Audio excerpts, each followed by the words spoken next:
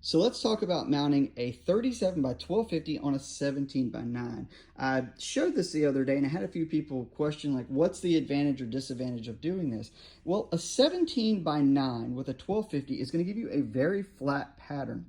And you can see it almost pulls the sidewall out and it's very much so in line. Now, I want to show you compared to a 17 by 8.5. Now, both of these are the same tire. So this is both 37 by 1250 R17. Both of these are Nitto Trail Grapplers, load range D, literally the same tire.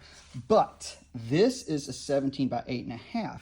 And you can see that the sidewall has a bigger roll in and it protects the wheel just a bit more. Now, on something like this old ATX slab beadlock, it doesn't really matter. This ring is so thick, I'm not worried about that getting scratched off road or anything like that. But the real sort of advantage of a 17 by 9 in some circumstances really comes down to it gives you a bit of flexibility with air pressure. So if you are trying to optimize fuel economy and things like that, and you're going to be running, let's say, in the high 30s, you don't really have to worry about crowning. Whereas when you have a 17 by 8.5, what may end up happening if you have too much air pressure on something like a load range D that's 17 by 8.5, where it's kind of curving in, you might not be hitting these outside lugs, and that's going to lead to accelerated wear on the inside tread of the tire. So not really a huge difference. You know, one of the things about, I guess, load range D tires in general that doesn't probably get talked about enough is